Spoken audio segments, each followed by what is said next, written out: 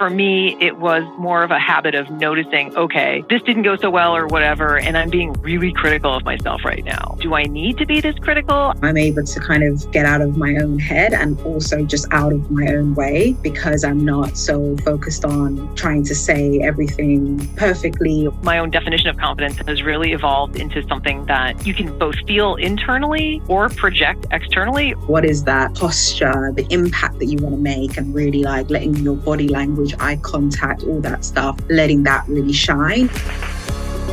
Welcome to The Art of Speaking Up, a podcast that helps professional women access the limitless potential that lies within them. I'm your host, Jessica Guzik, and my mission is to help you find that spark inside you that has the power to transform your career in ways you may not have thought possible. I'm so excited that you're here. And now, on to the show.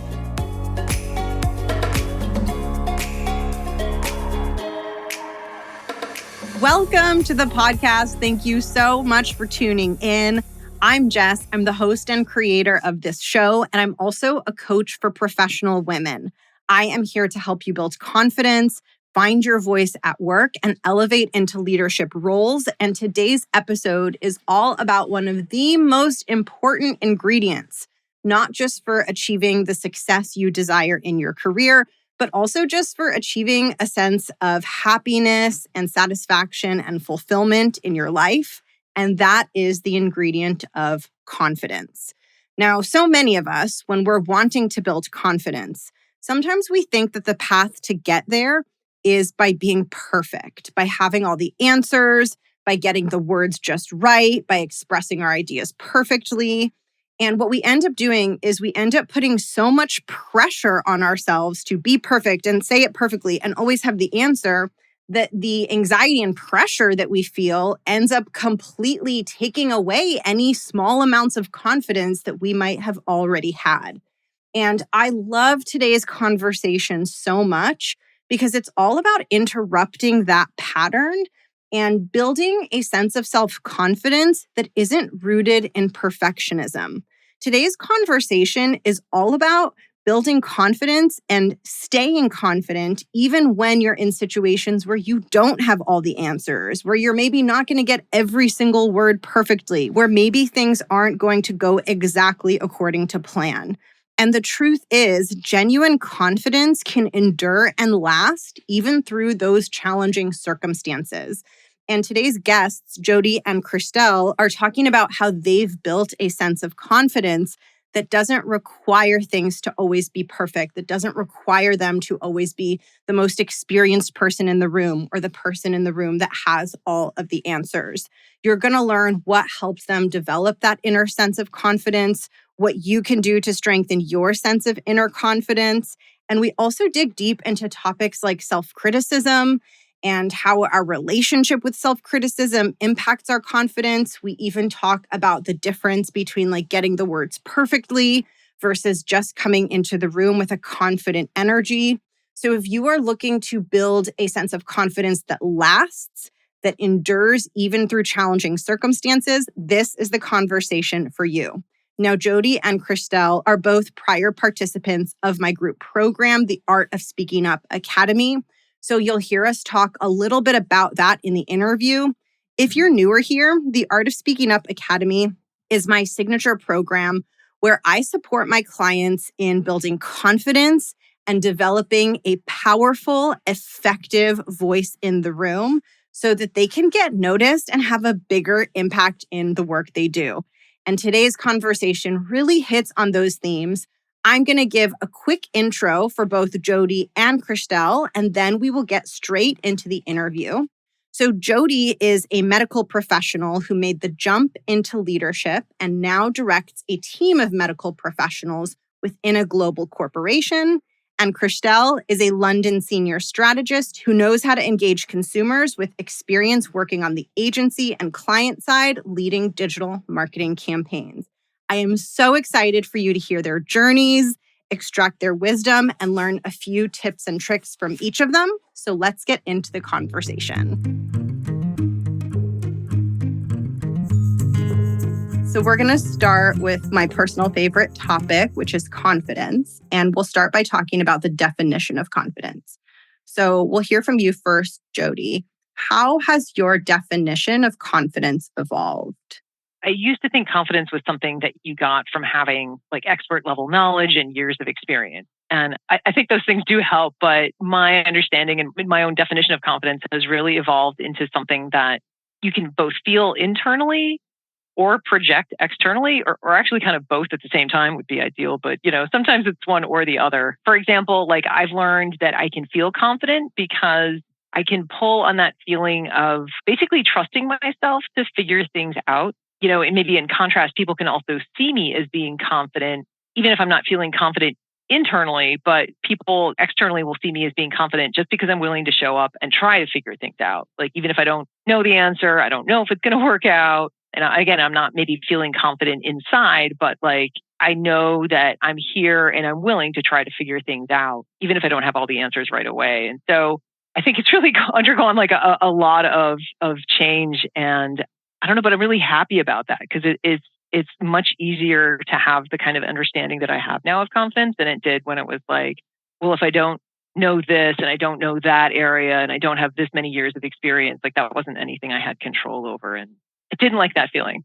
Yes. I'm curious what the new thought is. So if the old thoughts were like, well, I don't know this and I don't have this experience, what are the new thoughts now? The new thoughts are like, I'm willing to try and I want to try. And I don't know, I guess, having things like overarching values of what I want to accomplish in my workplace, that really helped me. They're, kind of acting as like a North Star to guide decisions. And that helped me feel confident. And again, I think just sort of being okay with not knowing everything. I feel like accepting that really helps confidence. That sounds crazy and may not make a lot of sense, but just being okay with not knowing everything allowed me to be much more confident. Yeah, that doesn't sound crazy to me at all. I think sometimes trying to know everything comes from a lack of confidence. And when we feel true confidence, we don't need to compensate by having the knowledge and the expertise always. Yeah. No, that makes a lot of sense for sure. Yeah. How about you, Christelle? How has your definition of confidence evolved? For me, it's a bit similar. I think I used to think of it as something you had to like switch on and off. And it wasn't just something that you could work on, like a skill, like any other skill that you could build and, really refine. I definitely had this more impression that certain charismatic people just had confidence through and through. And it's either you have it or you don't. But definitely now it's really evolved into something that I can practice and that I can strengthen.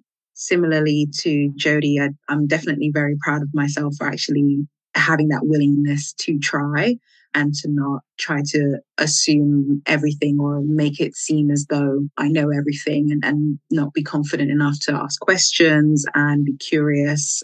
I think definitely it's evolved into something that I can strengthen and work on as opposed to just a perception that you either have it or you don't. And I'll dig a little bit deeper with you and then I'll circle back with Jodie. Have you had any moments where you realized like, oh, my confidence has grown, like that experience felt easier or different than it would have felt for past me? I think an example that really comes to mind is being able to observe myself a bit more objectively and my confidence and seeing it as something that I can dial up and down and I can really work on in different capacities. So an example of that is like with a presentation or a meeting at work, I'm able to kind of get out of my own head and also just out of my own way and be able to pivot based on what's happening and reading the room and being more involved because I'm not so focused on trying to say everything perfectly or appear to know everything. It's more just being able to kind of go with the flow and be really present basically and be really involved and really lean into things. I think that has shown me that my confidence has grown because I'm not getting out of my own way. Another example is like at work when we're having issues with tech, and that would just generally usually throw me off. Or when you see someone and how they're perceiving your presentation or how they're listening to you, maybe they have a micro expression that throws you off. and really being able to decide how I want to show up and if I'm going to take a passenger seat or if I'm going to be able to kind of react to it in a more confident way, more present way. That's definitely an example of how I've seen my confidence grow in terms of like being really present to actually make a decision on how do I want to respond to this? You know, do I want to lean into it and just kind of be spontaneous and go with the flow of the realities, or do I want to let it throw me? Like being able to kind of be in that power position, I guess, has been another example of how I've seen my confidence grow. That is such a useful way to frame it, because I think a lot of times when we're stuck, it doesn't feel like we have that choice. It just feels like, oh, things are so hard. This feels so difficult. And the way that you explained that process of like, oh, I can respond to this, I think is just so empowering for us all to like realize and remind ourselves that we have choice in how we react. And that's like a huge part of where the confidence comes from. How about you, Jodie? Have you had any experiences where you're like, wow, I've come a really long way? Yeah, I think similar to Christelle, it's like, I'll be in the middle of a meeting and be like, wow, I just said something and I thought of something and that was good. And it helped, drive things forward. I don't know if there was like a singular moment where I felt transformed, but it's more of like a snowball. Like, you say something in one meeting and you're like, oh, that was all right. That wasn't so bad. And then, you do it a little bit more the next meeting. You're like, oh, I think people like thought that was a good idea maybe. And then, you just sort of build on it. It's been like over a 1-year process for me. So it's not something like I went from like not confident to confident on Tuesday or whatever. But I think a lot of it is just noticing that I was doing the things, being willing to speak up. And then again, noticing that it wasn't so bad or it went kind of well or, hey, that went really well. And just sort of continuing to make little progresses like that. I love when you said not confident to confident on a Tuesday. That made me giggle a little bit because I do think sometimes that's how we're hoping it will be. And just to dig a little deeper into that, often self-criticism plays a really big role in our confidence. And I'm curious how your relationship with self-criticism might be different than maybe it was like at the beginning of that process. Yeah, honestly, I think a lot of the progress I've made has been more like letting go of negative self-talk rather than like praising myself for, positive self-talk. Like I have a really hard time what I call like cheerleading for myself. Like, yeah, it was great, rah, rah, rah. Like my brain just doesn't want to hear that or put any meaning behind things like that. And so for me, it was more of a habit of noticing, okay, this didn't go so well or whatever, and I'm being really critical of myself right now. Do I need to be this critical? Can I accept like, okay, I should do this in the future and then move on, but kind of not giving as much airtime to that critical piece of myself inside my head, listening to it for a minute or two and then saying like, thank you, self-critical Jodie, you can go take a seat now. The floor is no longer yours. Yes. And I'm curious for you, Christelle, like, has your relationship with self-criticism played a role in that ability to be more responsive and not get like sucked into the downward spiral when something difficult happens? Yeah, absolutely. So I used to ruminate a lot over every like tiny blunder, how I acted, how I didn't act. But now I'm definitely able to sort of recognize it more and recognize that, no one really knows what was meant to happen.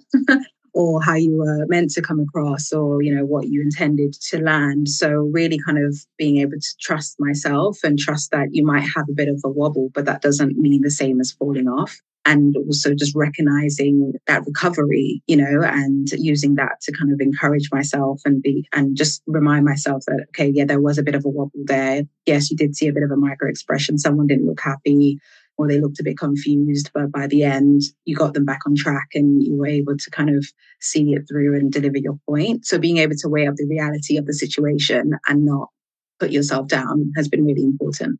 Yes. Oh my gosh, not put yourself down. I feel like that phrase alone is so important and so powerful. And we hit on this just a little bit. Maybe we'll start with you, Christelle, and then hear from Jodie. I love talking about limiting beliefs and where we think like we're just not good at something or we just like can't grow or change. Have you had any limiting beliefs that you kind of broke through where you thought you were stuck somewhere and you realized you were capable of more? Yeah, I think definitely this brings to mind a limiting belief I've had in the past about being quite young on my team and being kind of that voice maybe of someone who doesn't have like decades of experience, but also recognizing that I do come at things with a different perspective, a different background, how I was raised, my culture, being a woman, being Black, being working class, just different ways of showing up. I think it's it's a superpower. It's not a weakness. It shouldn't be a limiting belief. And I think being able to kind of tackle that a bit more head on has really helped me. How about you, Jodie?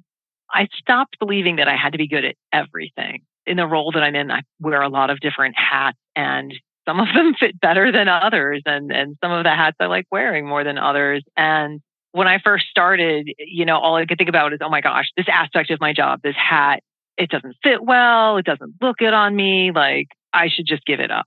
And thinking that that was everything, and that if I wasn't good at everything, that I was good at nothing. And, now I realize that no one has every hat looks good on them. Like, there's nobody that every hat fits. And that it's actually way more productive and way more fun to focus on the hats that I do like wearing. Those, focus on my strengths, play to my strengths. And do I try to shore up my weaknesses where I can, like to, get those hats to fit a little bit better? Yeah. But I've spent more time, figuring out on my team the people who do look good in those hats, and then collaborating with them on projects to get those things done. And again, really just maximizing what I'm good at, saying like, okay, this hat, I love this hat. It looks great on me. This is a part of the work I really love doing and that I excel at, and I'm going to focus on that. Yeah, I think that really freed me and made me realize that I could succeed in this role and I didn't have to be good at every single aspect. So powerful. I think sometimes we feel all this pressure that we need to check off every box, and it feels really real. Like I really do have to be good at everything. And I feel like if we can't wiggle out of that, things can become unsustainable because of the stress and the pressure. Yeah, absolutely. I'll stay on you, Jodie, and ask for a piece of advice for someone listening who might be struggling with self-criticism or struggling with internal negativity. What would you say to that person? So in moments where I'm dealing with a lot of self-criticism, I ask myself, would I treat a friend of mine as badly as I'm treating myself right now? And the answer is no, I wouldn't do that. That would be terrible. Why would I be so mean to somebody? And then, I have to remember not to be so hard on myself. And I then kind of continue to turn it a little bit, make that mental U-turn with the second piece, which is, what would you say to a friend who's in your position right now? Like, if I was my friend and I was talking to myself, what would I say to me to help them? And then I start to tell myself the things that I should tell myself, like, this is temporary, this can be fixed, you can get help, things happen, it's okay, I can deal with it, and that really helps kind of turn my interior negative dialogue around. That's something that I definitely struggled with. And now it's more of like a reflexive habit, and it's not as bad. And it's not like I don't gloss over things that don't go well or areas I could improve, but I also don't spend like all of my time dwelling on it to the point where like I don't do the good things I can do easily. You know what I mean? Like, I've stopped inhibiting myself. I've gotten out of my own way. Yes, we get so fixated on what's like not going well or what we think we're doing wrong. All of our energy has been sucked into that like a vortex, and there's nothing left for what we can actually really over deliver on. How about you, Christelle? What would you share with someone who wants to shift out of self-criticism or negative thoughts about themselves? Yeah, I really like Jodie's instinctive habit. And also, I think I would even go one extra and say, like, when I'm thinking about it to myself, I could be like, would I say this to Jodie? would I do this? Or would I, how would I encourage her? And like, would I be so hard on her? So you could be the friend in my head, Jodie. Works for me. I also have a habit of forwarding and filing emails into a folder that I call like just praise and or feedback. Over the years at different jobs, I've always had that kind of folder. And that really just allows me to just have there in black and white exactly like, great feedback or comments or, there was a pitch recently actually. And, I got a really lovely email about like recognizing the work I put in for that pitch. And, it hadn't gone unnoticed and I filed that away. And it's just something I can always go back to and just reflect on. And just even for performance reviews and things like that, it's really helpful. And I think that's how it started. But I really find that it's a very positive reinforcement for me to have that folder. Yes. Fuel to fight back against the negative direction that our brain's going to keep trying to leaning back into. Yeah, for sure. Okay, so the next thing that I wanted to ask you about was, we had talked about this, but like the idea of prepping your energy versus prepping your talking points and what you're going to say. And I would love to hear what you've learned and what you might like recommend to someone who wants to be able to exude more confidence. Yeah, so this really came from the activities in the academy in terms of like some of the improv stuff that were really coming through in the modules and being able to prep the mindset first, stripping away the context of the details, the bullet points on the slides and really like tapping into how do I want to show up? Like what is almost like executive presence? What is that posture, the impact that you want to make and really like letting your body language, eye contact, all that stuff, like letting that really shine, your tone, inflections. There's so much more than just the details on the slide. And I was just so caught up in that and getting bogged down in the semantics of it that I felt like being able to free myself with the energy of how I wanted to come across and really concentrate on that. If I wanted to come across in a really impactful way and really pointed, that is something I needed to focus on instead.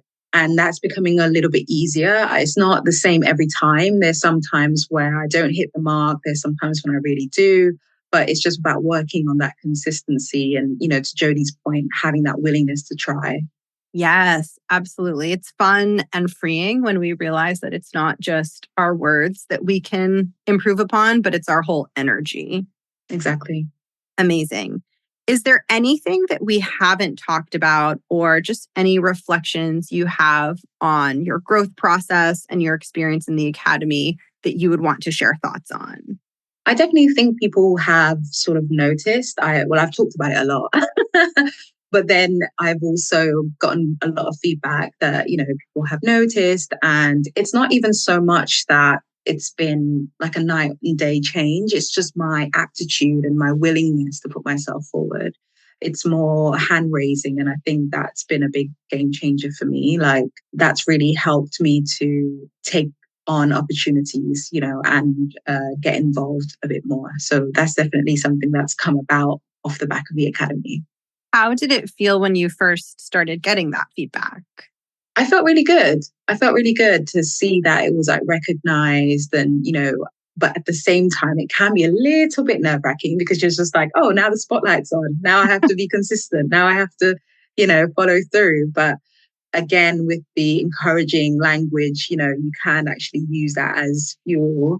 It's just about keeping that balance really and not getting in your own way like we've talked about. Yes. Yeah. It's like, people are looking at me and noticing me. Oh, crap. They're looking at me and noticing me. Yeah, exactly. Yeah. For sure. So I'll ask you the closing questions, the first of which is about the name of the show. What does the art of speaking up mean to you? For me, the phrase really means like putting a little bit of myself and my personality into what I'm sharing, despite like the context, the industry, vertical, like really sort of asserting my own voice and conviction in things, because I think that self-belief and that passion, I think my delivery is best when I bring myself, because that can't be replaced. That's the individual voice that I think you can bring to a topic. So really putting my personality and being able to speak up for myself and on behalf of myself is what the art of speaking up means. Like letting people see you is important for me. Jodie, what does the art of speaking up mean to you? I think for me, it just means being willing to try to contribute what you can, no matter how small or silly your contribution may seem to you in your head. It just means being willing to show up and to give it a go. And that's, I think, all anyone really is asking for in our jobs and in our lives. Heck yes. I love this theme that's coming up of like, it doesn't need to be perfect. I don't need to know everything. I don't have to have all the answers. I just got to show up and give it what I have. Absolutely. Yeah. Yeah. And for the final question, I created this show because I had a struggle point in my career and I wanted to speak to anyone who might be struggling to believe in themselves and just give them that reminder that they are capable. So for this last question, I would love to give the floor to you to share whatever you would want to share with someone who might be in that headspace. I think a quote that I like to really keep in mind is that within every acorn is a mighty oak. In other words, you already have right now what you need to grow into your future, to where you want to be. And I know that's something that we talked about in the academy. And I also just wanted to say, I think there's something really sort of magical about meeting with a similar group of people for a week, and women who frankly seem to have it all together and seem to know what they were doing. And I would never have guessed struggled with the things that I was struggling with in the academy. And just having that regular cadence, having the time to talk about what we were going through, working through the modules in the academy. I think that all really cemented in place the things that I'd been reading about and hearing about on the podcast. I think that's really what kind of made it finally stick and stick well and get it to stick in an enduring way, in a lasting way. Oh, I'm so happy to hear that. I think, we can know something theoretically, but sometimes we have to have a specific experience for it to really integrate and feel like our new reality. Yeah, absolutely. I would love to hear, Christelle, what you would want to share with someone who might be listening and struggling to believe they're capable. What reminder you might want to give to that person? Yeah, and I would say to the listeners that anyone that's willing to put themselves out there to work on their personal development, they're moving towards a feeling of discomfort and coming out of their comfort zone. And that is in itself really brave. So if you're able to show courage to come out of your shell, I do think that there needs to be met with a lot of care and consideration and encouragement, because it really is brave. I totally agree. And thank you so much for coming on the show. Thank you. Thank you so much for tuning into this interview episode. And a big thanks to Jodie and Christelle for coming on the show and for opening up about their journeys and sharing their wisdom with us.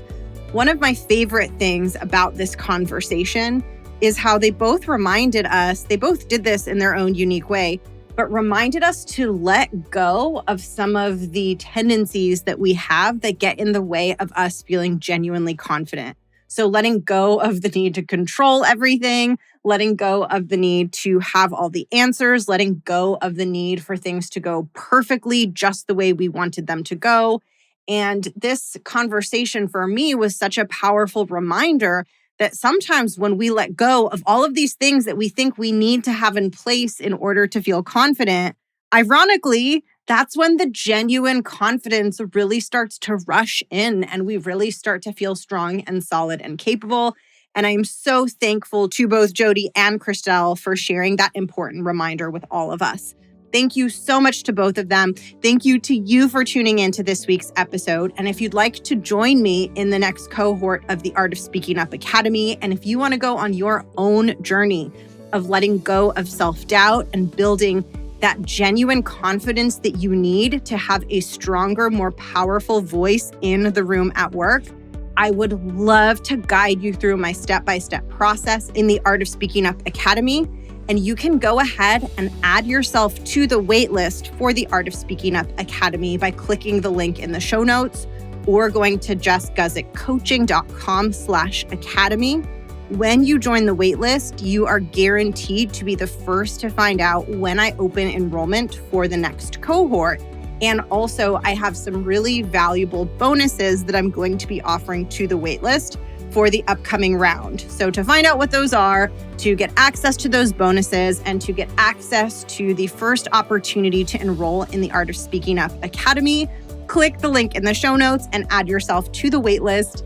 Thank you for being here. Thank you for tuning in. And I will catch you in next week's episode. Bye.